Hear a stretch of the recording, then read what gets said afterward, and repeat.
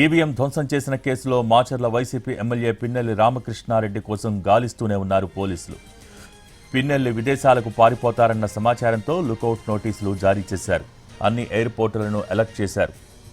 అటు ముందుగా హైదరాబాద్ నుంచి నేషనల్ హైవే 65 మీదుగా గోవా లేదా ముంబై వెళ్లేందుకు పిన్నెల్లి ప్లాన్ చేసినట్టు గుర్తించారు.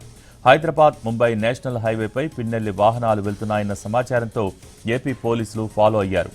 ఇటు సంగారెడ్డి వైపు వెళ్తున్నారని గుర్తించి అక్కడి పోలీసులను సైతం అలర్ట్ చేశారు. ఇక రుద్రారం దగ్గర కారును పట్టుకునేందుకు ప్రయత్నించినట్టు సమాచారం.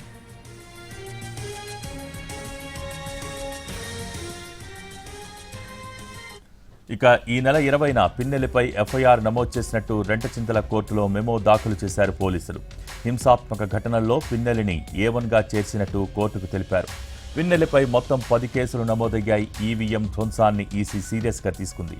అటు ఎమ్మెల్యే పిన్నెల్లి అరెస్టు కోసం ప్రయత్నిస్తున్నామన్నారు సీఈఓ ఎంకే మీనా.